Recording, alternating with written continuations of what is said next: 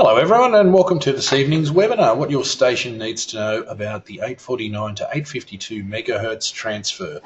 That's implementations of new arrangements in the 800 megahertz band that will take place between 2019 and 2024 with stations in that band needing to vacate the spectrum by 30th of June 2019. This is your studio to transmitter link thing. Now before we get into it, I need to do the housekeeping thing to let you know our upcoming webinars include how to get more out of your station's radio content on the 27th of September. That's the last Wednesday of the month. That's for all the people there looking to make their content go further, whether that be online or other. That's going to be a fantastic webinar. Then a couple of specialist ones in the lead up to the 2017 CBAA conference. On 11th of October is Women in Community Broadcasting. On the 18th of October, young people in community broadcasting. Hopefully you've heard about the 2017 CBAA conference.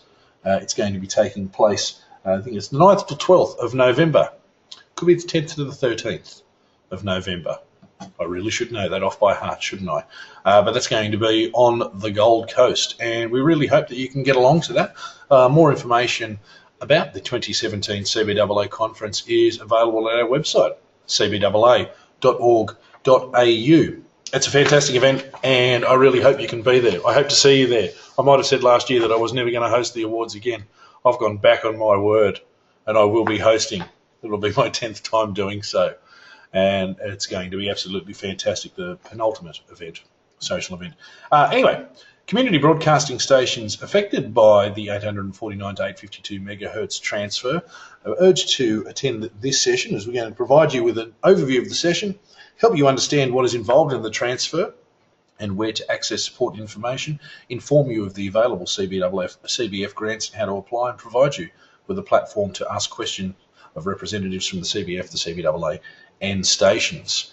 That's why I'm lucky to say we're joined this evening by Joe Curtin of the Community Broadcasting Foundation and David Seiss, who acts as the technical consultant for the CBAA. Joe's the Executive Officer at the CBF, an organisation that supports and champions community broadcasting across Australia. She's done so much stuff in community broadcasting. She's been the manager of SYN in Melbourne, assistant manager at 3ZZZ, does stuff outside of radio. She's on the board of the Bicycle Network that gets more people cycling, and is a founding member of the Collingwood Football Club's AFL women's team. They're the Crows, right? Sorry, I'm from New South Wales.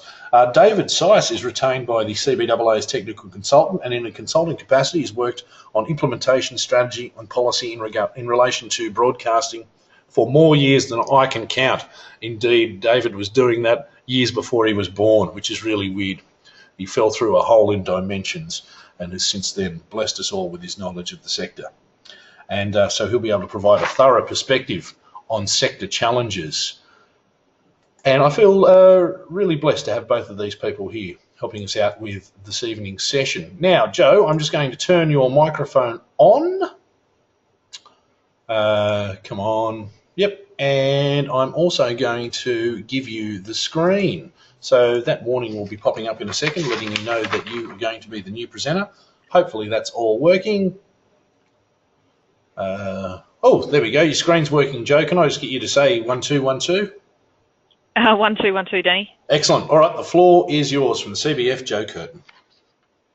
Thanks, Danny. Great to have everyone here tonight. Thanks for joining. I don't want to take up too much time within this webinar talking about the funding, because I think that's probably the most straightforward part about this, and I want to make sure that you've got as much of David Seiss's time as possible, because I think the technical solutions are the part that require more brain power. But in a nutshell, if your station is affected by what we're shorthand calling the 800 megahertz spectrum reorganisation, then you can ask for funding support for what you need to make the transition, and you'll be applying for a development and operations grant. The guidelines for development and operations grants are pretty broad, and multiple things can be supported within that category. We're still fine-tuning the guidelines and application form for what will be round 1 for next year. So those guidelines will be published later in the year, and the round will open in early January and will close on Wednesday, the 14th of March. So that round 1, 2018-19, it's funding that you would expend in the 2018-19 financial year. So that means the grants that you would receive in that round would get paid from July 2018. And there'll be a second round around August, with payments starting in late November 2018. So we're planning ahead here. In a nutshell, the Australian government allocated some special funds to assist stations with this spectrum reorganisation, and the purpose of these special funds is to meet the infrastructure costs necessary to ensure reliable continuation of reasonably equivalent services. So we can interpret a little bit about what that means maybe once David's on the line. But what we're doing is we're interpreting that in the sense of meeting the infrastructure costs. That includes supporting stations to get advice about what infrastructure to get, if any, as well as any actual equipment or other infrastructure that you need to keep broadcasting. It might be that you want to install some sort of alternative linking. So from the perspective of the grant application, it's a competitive process. Development and operations grants are competitive, but there's specific funding available to support this transition. But the idea is that you need to make the case for what you want to do and ask for the relevant support. So we're actually anticipating that some stations might choose to apply over multiple rounds, like they might put forward a request to seek support for different stages of the process, which might be getting some support for the cost of the advice that you need, and then a grant later to pay for whatever the solution might be. And the sorts of things that can be supported through development and operations grants are equipment, installation, testing and research costs, site improvements, the freight that you need to get something somewhere. It can cover the cost of the technicians, of managing the project, of travel if you need it. So again, it's pretty broad, and all of the details will be in the grant guidelines once they're published. I think it's really important to make sure that you read them really carefully once they are published, and to speak to your grants administrator as you're preparing your application. One thing worth noting, as always, which we remind everyone all the time, but to not leave applications to the last minute. A factoid for you from round 1 that we had this year was that 61% of the applications came in on the due date, which doesn't leave much room for advice from the grants administrators and utilising their expertise at that last minute when hundreds of people are trying to get on the phone.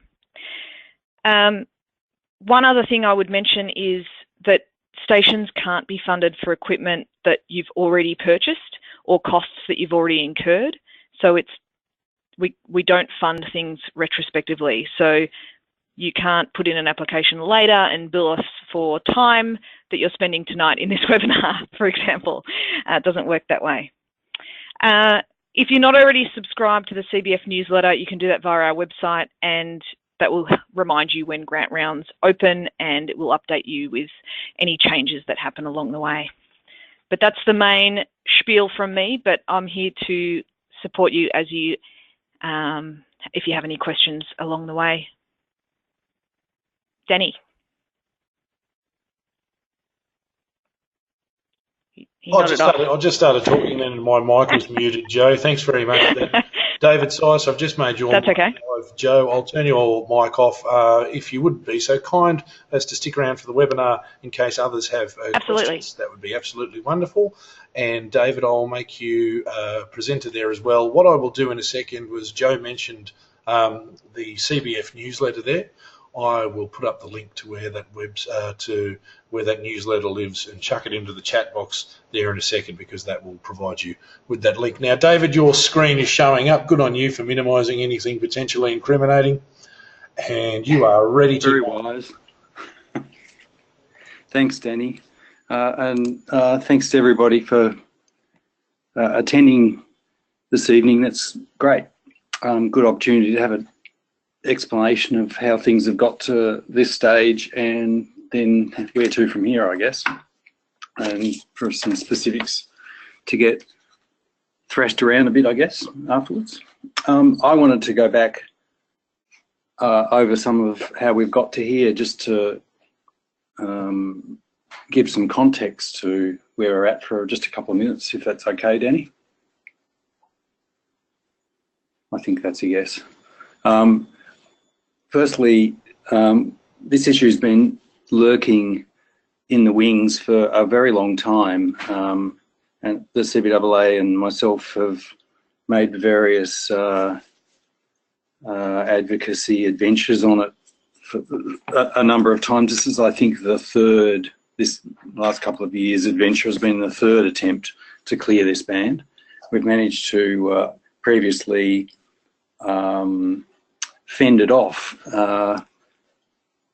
but not this time, and we recognised a few years ago that it wouldn't be possible to hold it back completely this time.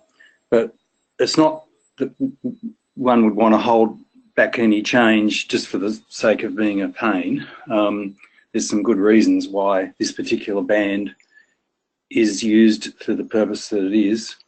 It's had long-standing use, the 845 to 852 megahertz band, the whole band, for point-to-point linking, and particularly for broadcast radio studios linking to their remote analog transmitter site. And there's many community broadcasters that make use of it. In fact, there's around, by our figuring, this does change, of course, but when this whole latest consultation around with Acma and the government started most recently, there was about 270 community broadcasting services in the band, and plus a number of outside broadcast links as well, which are not permanent links but are used on an itinerant basis, as I'm sure you're all aware, that also operate in the band. So out of all of those, we figured there was about 180 plus that were in regional, rural or remote areas. So it's a really significant issue, and the links are part of critical infrastructure to feed broadcast transmitters. That's one of the key points I wanted to make. And I also then wanted to point out why that band is used historically, is about the nature of the link that's required. It's needing to be highly reliable. I've put a figure of something like 99.999%, which works out to very small amounts of outages per year. It's, you know, it's just not acceptable for a radio station to be off for any length of time, and if your link's off, then the radio station's off. So you need a link performance that's appropriate for that. A lot of the hot path links are quite long, so the frequency band, 850 frequency band's reasonably well suited to that. You wouldn't want to try to span very long distances at significantly higher frequency band, using significantly higher frequency bands. That's more of a challenge. Also, the band at the moment is licensed through an apparatus licensing framework, and that attached to that is an administrative basis for the fee. So that means that the cost for the license per annum is reasonable. Let's say something like $400 a year or something. It's not an auction. It's not a market-based fee like many other bands are. So that's a very appropriate situation for non-profit community radio services as well. So that's why the sort of arguments that are at play in wanting to retain use of the band. So we, as I said at the beginning, we realised that it wasn't possible to resist any change. So we started doing some research and what the effect would be if only part of the band was cleared. And the conclusion we came to was that by taking that approach, we could reduce the number to something like 55 or so affected licensees that would be directly affected, plus a number beyond that that might need a minor restack, even though they were operating links that might be within what has turned out to be the lower part of the band that isn't being cleared. So we suggested that stations wouldn't unreasonably stand in the way of some level of band reorganisation, and so while preferring no change, also advocated the partial clearance approach. And we pointed at that early in the stage. This is 2-3 years back this all started, most recently. We pointed to the significant costs that would be incurred by the affected community broadcasters, and although that's outside of the remit of the ACMA, it's a factor for broader government funding consideration.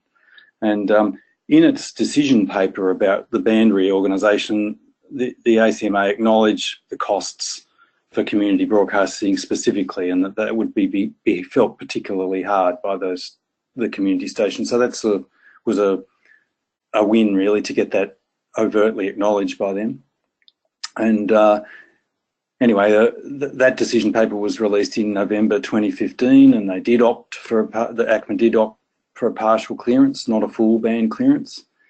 And so we're in the situation now where it's the top part of the band that's being cleared, 849 to 852, and we then have to work through what the issues are that flow from that, which is the core of what we're here to talk about today. Okay, some of the other, that was the sort of structural advocacy I was just talking about there. We also did, alongside that, some advocacy about the funding. Firstly, as I said, this issue has been going on for many years, well before the 3 years point that it most recently arced up. And so for quite some time, our advice has been to the CBF that when stations applied for grants to re-equip their studio to transmitter link equipment, that there be a precondition on there that any equipment at least be frequency agile, so that if there was needing to be a restack or some sort of minor reshuffle of frequency allocations, that the equipment wouldn't, any reasonably new equipment that was being funded in the last few years wouldn't need to be necessarily replaced, we hoped. At least that was the sort of minimal thing we could do at that time. And that's been CBF policy for quite some years now. That's one positive funding strategy, which was meant to reduce the big lump of money and panic that might otherwise ensue all at once when everybody had to shift at once. So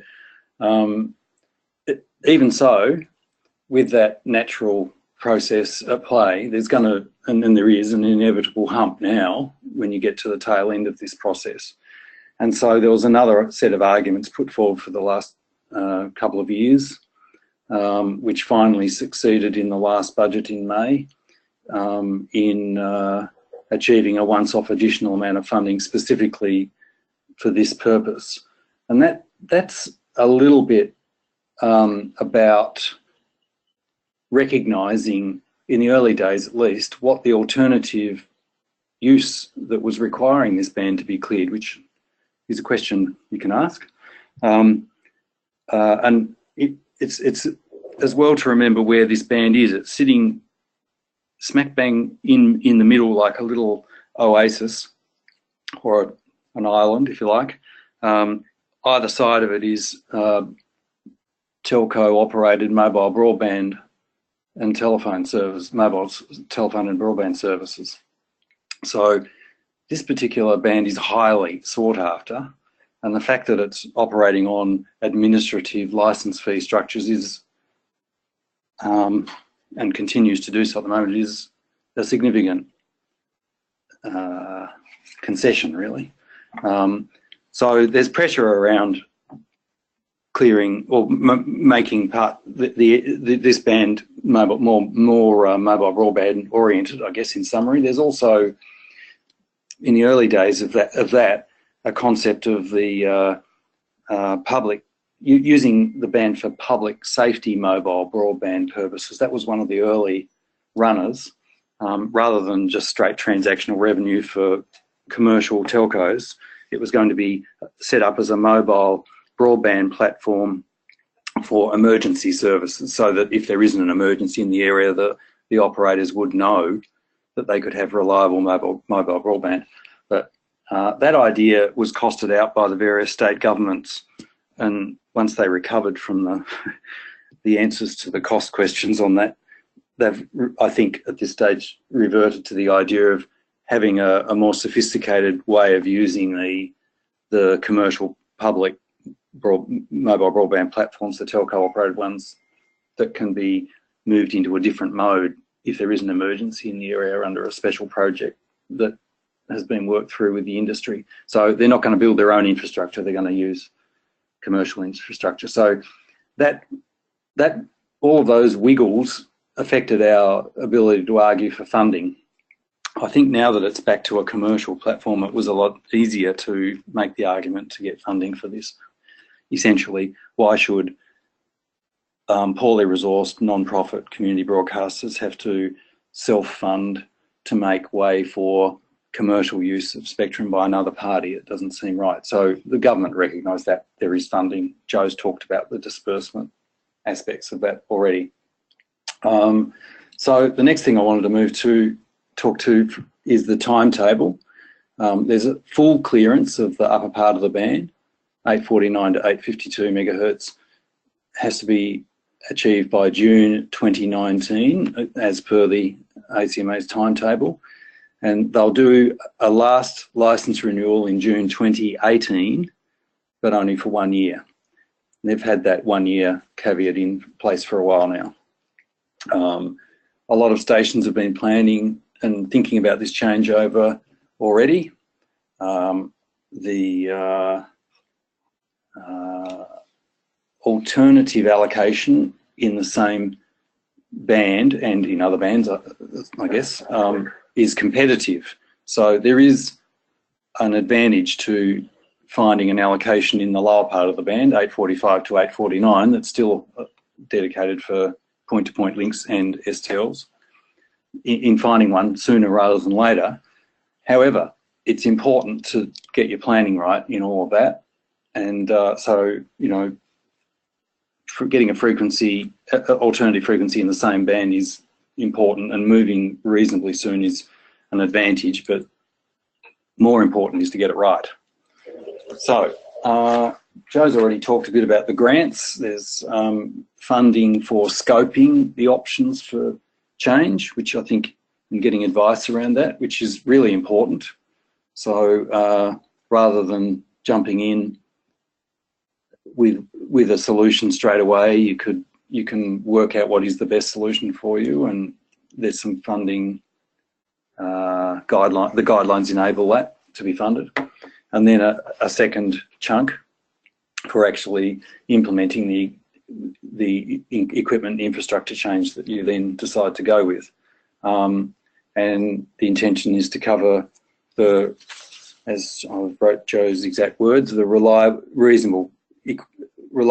costs of reliable continuation for reasonably equivalent services. It's essentially a like-for-like situation. So in other words, if you've got let's say a set of 1+1 redundant STL links in place right now, and you've got to change, then it would be that you would be you could make the case for funding of a 1+1 redundant link arrangement on a new frequency, if that's what you need. But if you didn't, then you know that would be a harder case to make.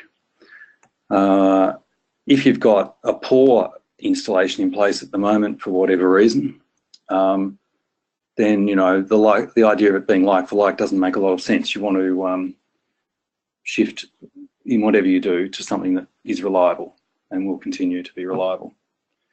And in that thinking, bear in mind that there's a transition process. You can't usually just turn what you've got in place off one day or 1 minute, and the next minute turn what you might replace it with on. You might have to have a two-step process or a backup process that keeps you on air for a while you do the changeover. It depends on your infrastructure arrangements. And last thing on this slide I wanted to mention was the idea of backup that's worth considering at this point. If you've only got a single link, it is a single point of failure and your radio station's off. So it's worth thinking about that in making any of the changes that you're contemplating or being forced to contemplate by this reorganisation. On that, the point about the frequency allocation that I mentioned, the first mover advantage point a few moments ago, I guess there's plenty of other options you might look at apart from this band. They all have pros and cons. The ideal solution, I'll be interested to hear people's feedback on this, but in summary, the ideal solution is to find an allocation to replace your current allocation but in the band that's continuing. So finding an allocation in the 845 to 849 megahertz part of the band. And a few months ago, Acma, or there was a point of view that circulating that, I'll be careful what I say here, which implied there would be a frequency allocation available in that lower part of the band for everyone who was affected, at least in the community sector.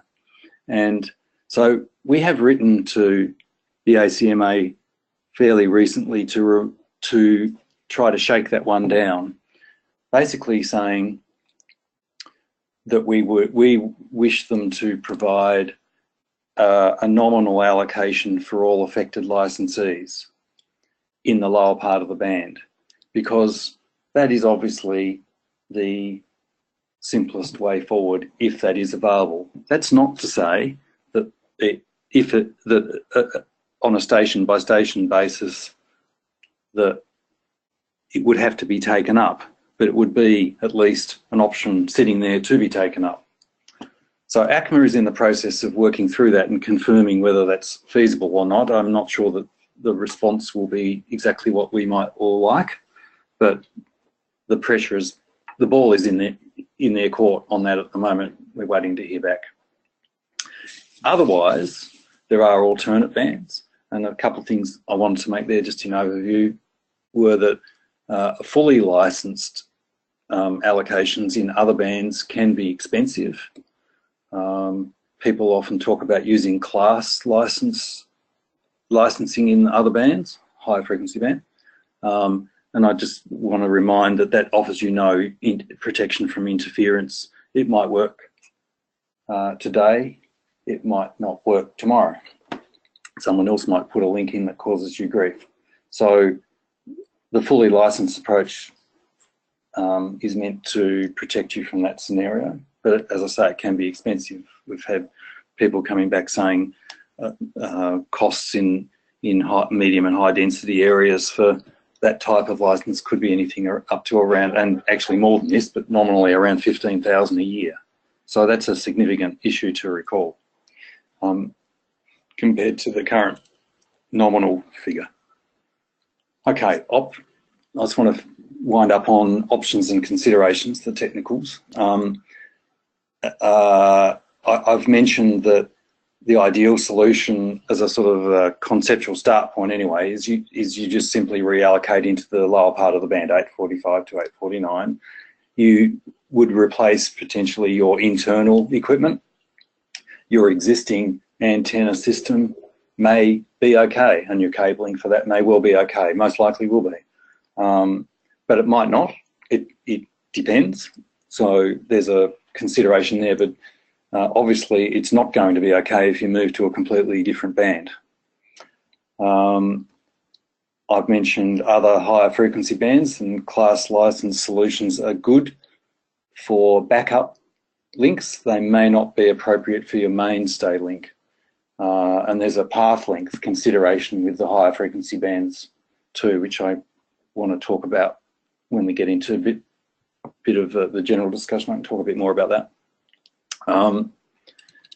There's another option that's not a radio link that you might want to think about. That's a telco terrestrial link. Historically, that hasn't been particularly favoured for a studio to transmitter link for a number of reasons, but increasingly it's becoming a relevant thing because you need some sort of terrestrial linking from your studio into a telco network for the digitized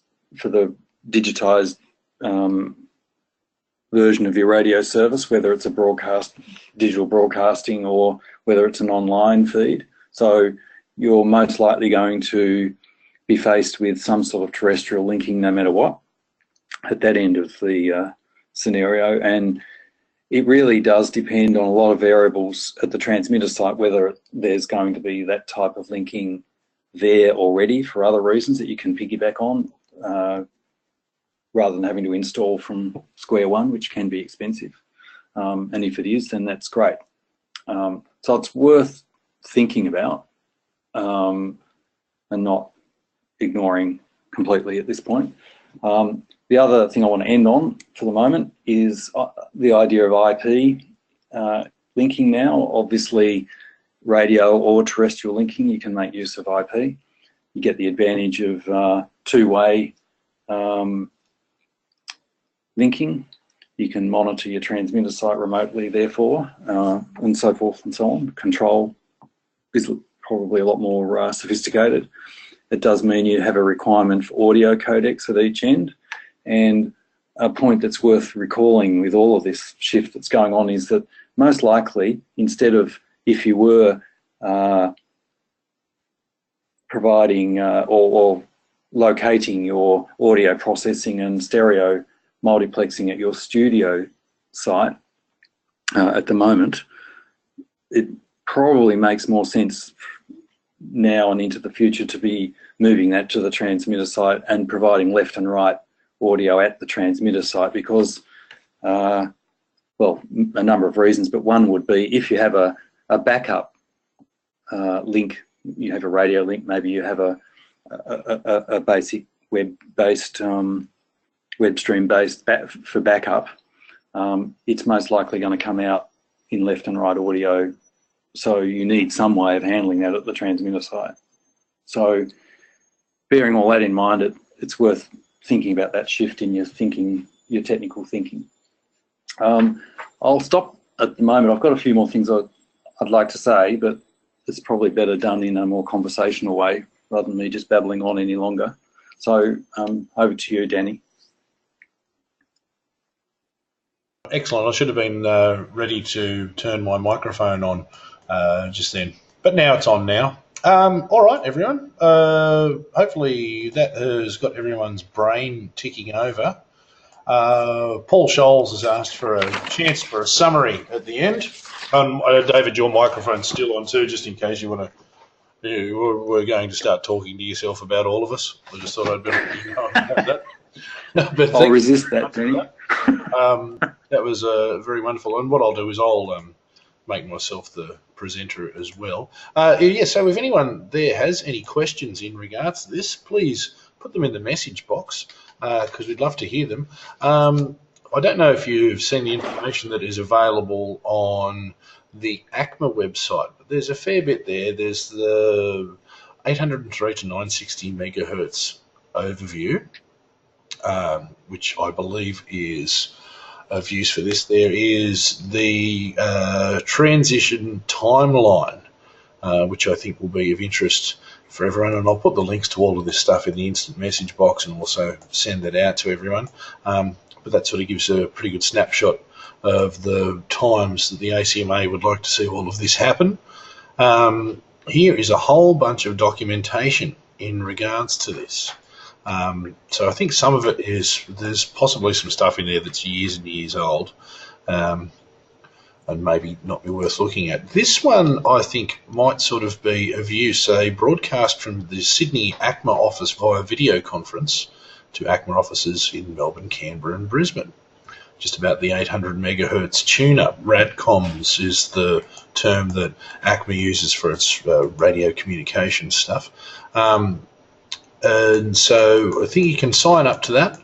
And I think they might sort of be streaming it, I believe, is the plan.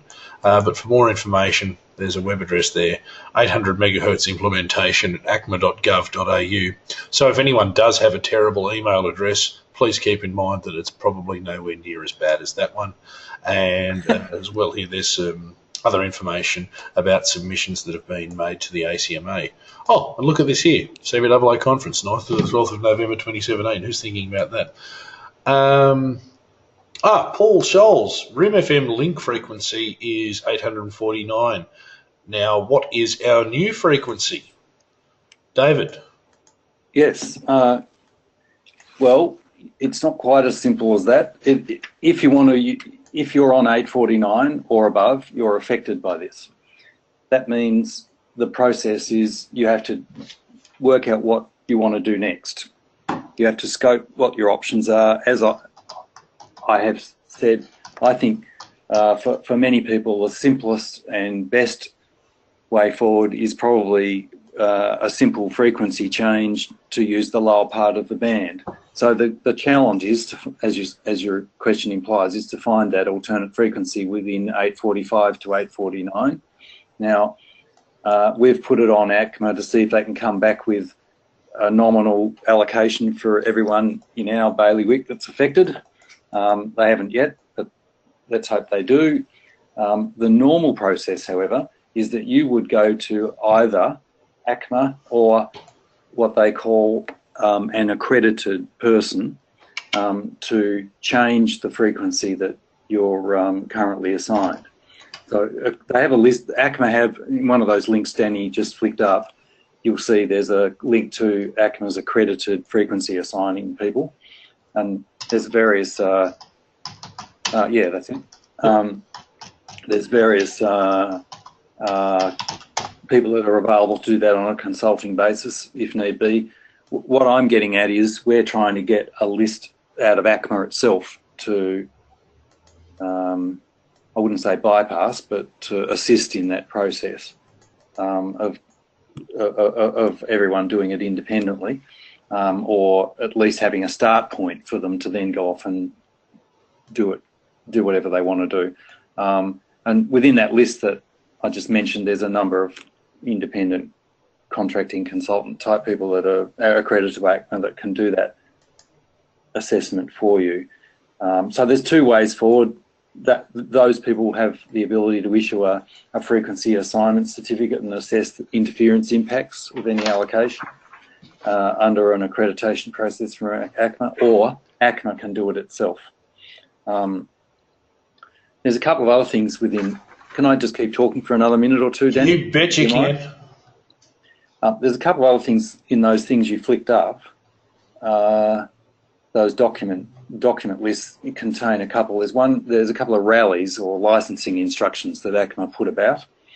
There's the old one that covers STLs, which is FX11, and there's the new one that is still it's been published, but it's a little bit of it is still evolving. It's called FX22, and that is more dealing with the situation post this clearance. So they're both in force in a way at the moment, because obviously we've got services operating above 849 at the moment, so FX11 is still relevant until June 2019 at least. That sets out all sorts of planning parameters that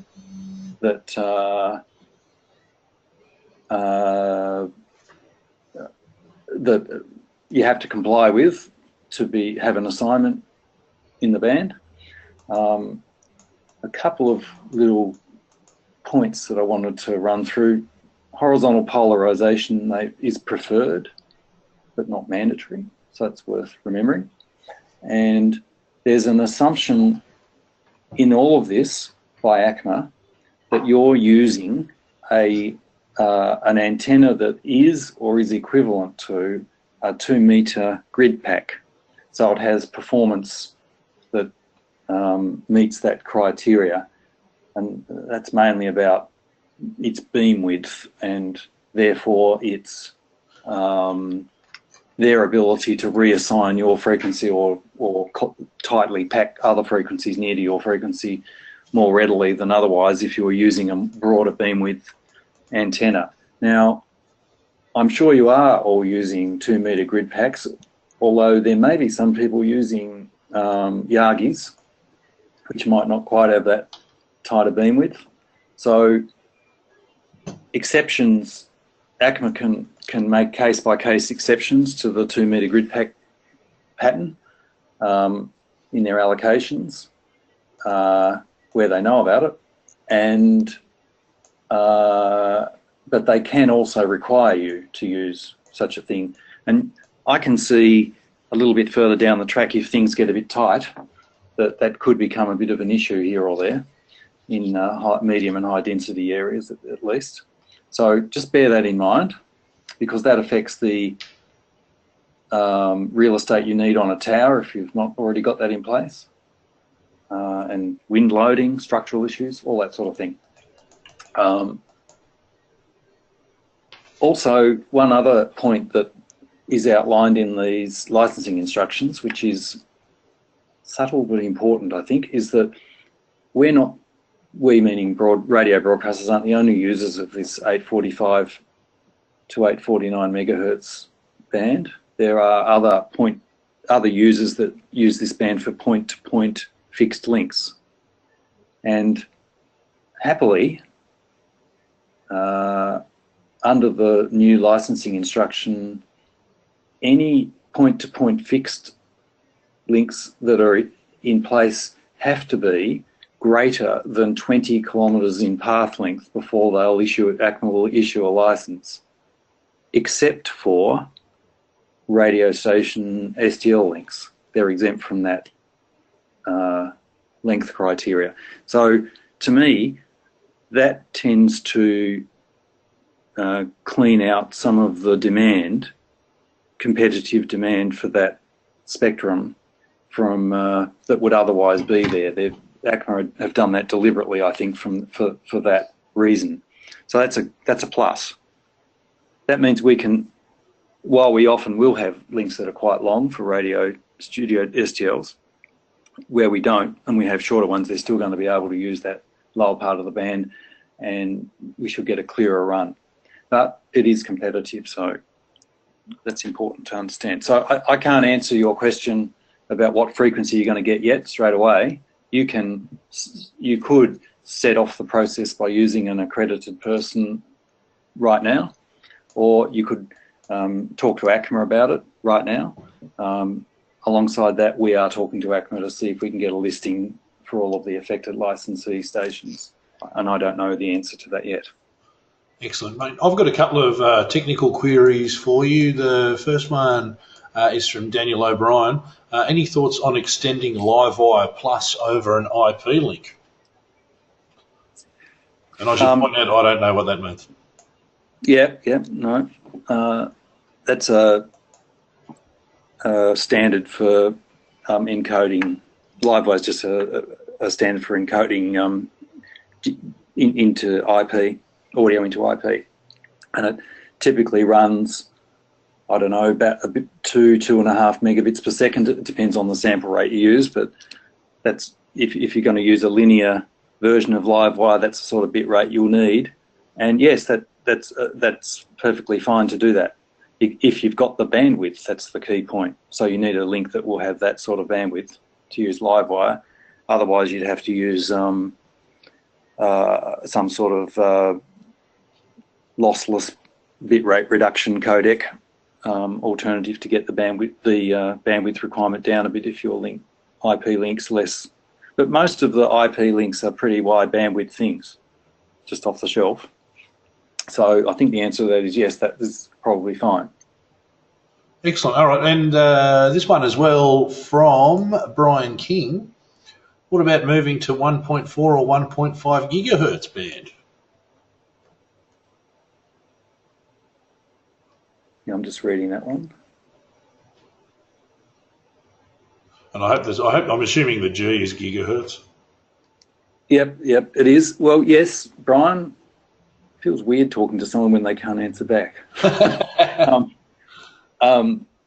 That's fine if you can get an allocation and the price point suits you.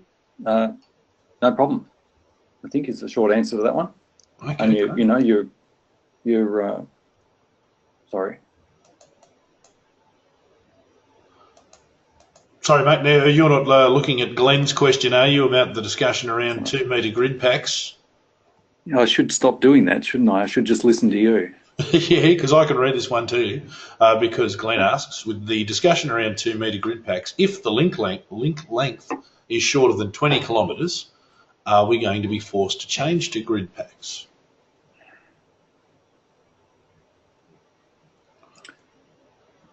I don't think the length is necessarily related to the grid pack point. It's if Acma finds or is under pressure in a particular area to squeeze more allocations in, then you may be required to use a grid pack. Yes, that's already the situation, really. All that's happening here is that because we're trying to potentially fit more people into a lesser amount of spectrum, the pressure points on that are probably going to increase. You're in Darwin, I think, so I don't know that the pressure will be that high. I can't 100% say that without looking into it properly, but my instinct would be that I presume by the question you must be using a Yagi, or at the moment not a grid pack. So I wouldn't automatically presume you'll be forced to a grid pack, but it's an issue worth exploring. Sometimes questions are better not asked, I suppose. But you have to make that judgment. Excellent. Brian also puts forward that he's got a list of affected stations in the Melbourne area, and he states there are about 8 within 30 kilometres of the GPO. It's the post office, right? Yeah. Excellent. I think. Callum McNevin, g'day Callum, how you going, mate? He asks, if we were to go point-to-point IP over directional wireless links, would we require any Acma licensing in that sense? Depends what band they are, and if you can have it class licensed, that you always require a license. Just a small technical legal point there. It's whether it's a class license, which means it's assumed, or whether it's properly licensed on a specific primary basis for your purpose. I said earlier that if I was running a radio station, I think the right thing to do is to properly fully license your main link. There'll be plenty of situations, particularly out of the main cities, I guess, but where you might get away with running a class licensed wireless link, and it might be fine. But you have no protection. You have no guaranteed interference protection. But and also in the less populated areas, the price for a fully licensed link is typically going, depending on the band, typically going to be a lot lower. So it's probably not such a stretch to do it, to get it. But in the high density areas, the price for the links a fully licensed link can be quite expensive. Excellent. In other bands, sorry. Excellent. Spud Murphy's just come in. He's in the Darwin area, and he states that in regards to grid packs being pushed to limit side lobe interference to other services on the same or adjacent frequencies, Darwin has only 5 links/services in the whole allocation. Yeah. Yes. So yes, that's fair comment. So therefore, you'd think it should be able to be worked without having to resort to using tighter antenna patterns. But that's a case-by-case scenario with Acma, really, in the end. And you know, if they said you must use a grid pack, you could make the case, say, well, you know, do I really? And see how you go, and do the technical work to show that you're not going to cause an issue. And if you're already in the band, that's going to help, obviously. Excellent. Well, I think I've responded, or you rather, have responded to all of the questions put forward by our wonderful attendees, except for this new one from Dave Eisenhower that's just popped up. G'day, Dave. How you going? We've begun the process with an assigner and our beam width has changed. We are at 849400 currently. That's confusing us a bit, says Dave. And here's the last question there, just in case you need clarification on those numbers I just rattled off then, David Tice. No, I'm just reading it. I'm not. Is it a question?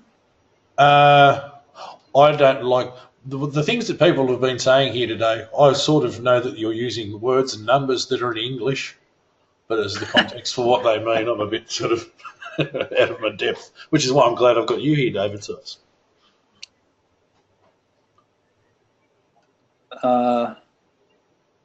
I think where Dave says it's changed, we are 89,400. Oh, hang on. Yeah, 89.4 megahertz currently. So he's definitely going to have to move frequencies to the lower part of the band or out of the band entirely. Yep. That's the key point number one.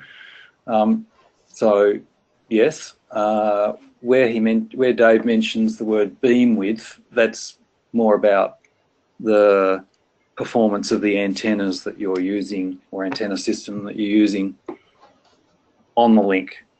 You know, how wide or narrow a focus effectively it is from your point A to point B. And all I'm getting at with the grid pack requirement that is set out in the licensing instruction, which is nothing new, I might add, is that's a fairly narrow focused requirement for your antenna that you either should have in place or have an exemption if you haven't at the moment. Excellent. And did you, I don't know if you saw that last question there that was right. Paul Scholes at RIM FM. They've got the STL link frequency of 849. Do they need to change? Yes. If it's exactly 849, yes. All right. I think Dave just qualified what you were talking about just then, was saying Yagi versus grid. Yagi. Yes. Yeah.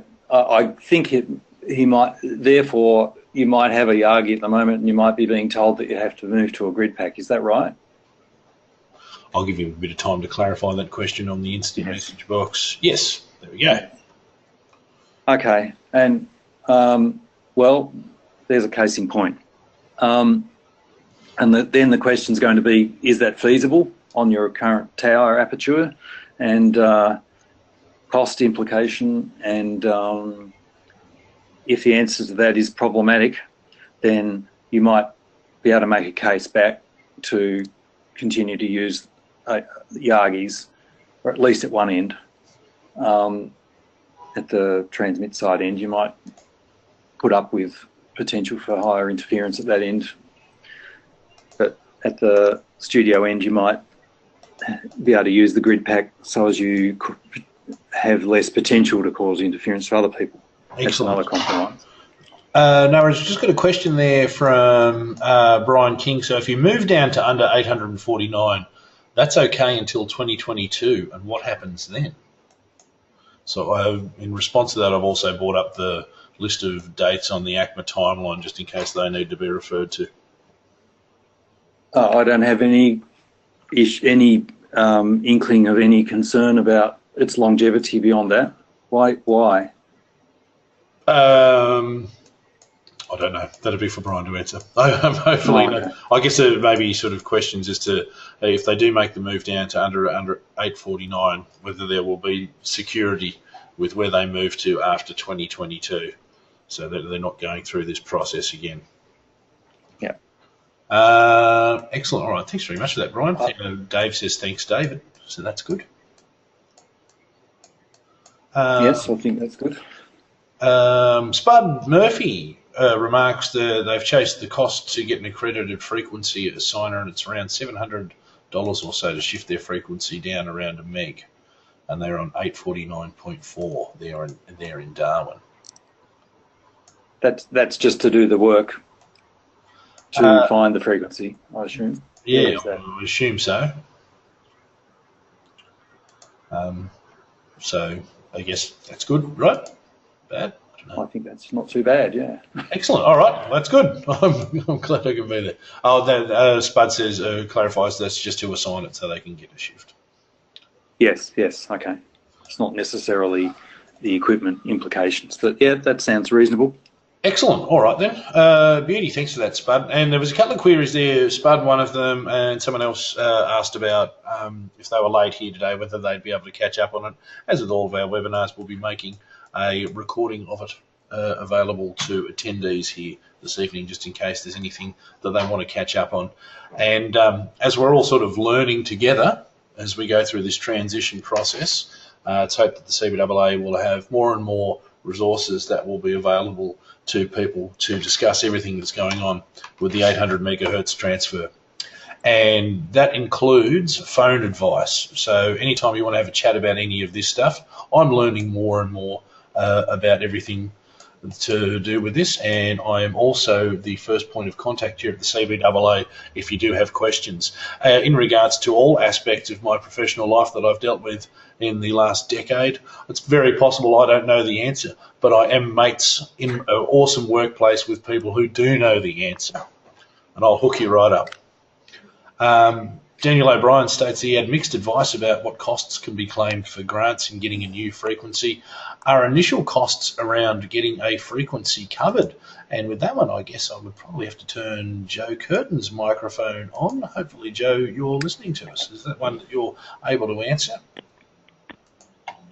Yeah, I think so. I think the idea here is that the funds are there to help you with this transition, but if you've already done the work and incurred the costs, then you can't apply for it retrospectively. So I guess that means get a quote about what advice someone might be giving you, and then apply for a grant for that support if you need to have some funding support to pay for that advice.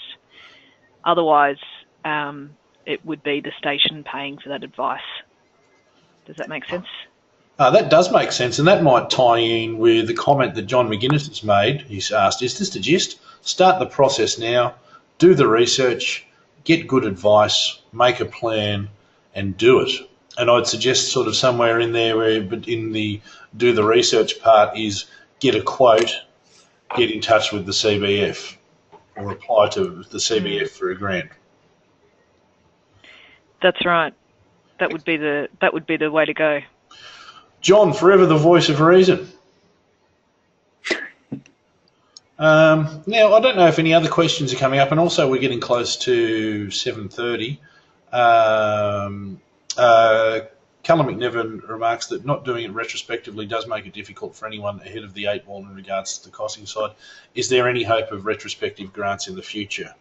I'm going to assume no, but I'll let Joe answer that. No, that's unlikely. The CBF has had a long-standing policy of not having retrospective grants available. People who were ahead of the 8 ball applied in the round that closed in August. So there has been an opportunity already for people to put in an application to the development and operations grants for round 2 that's closed.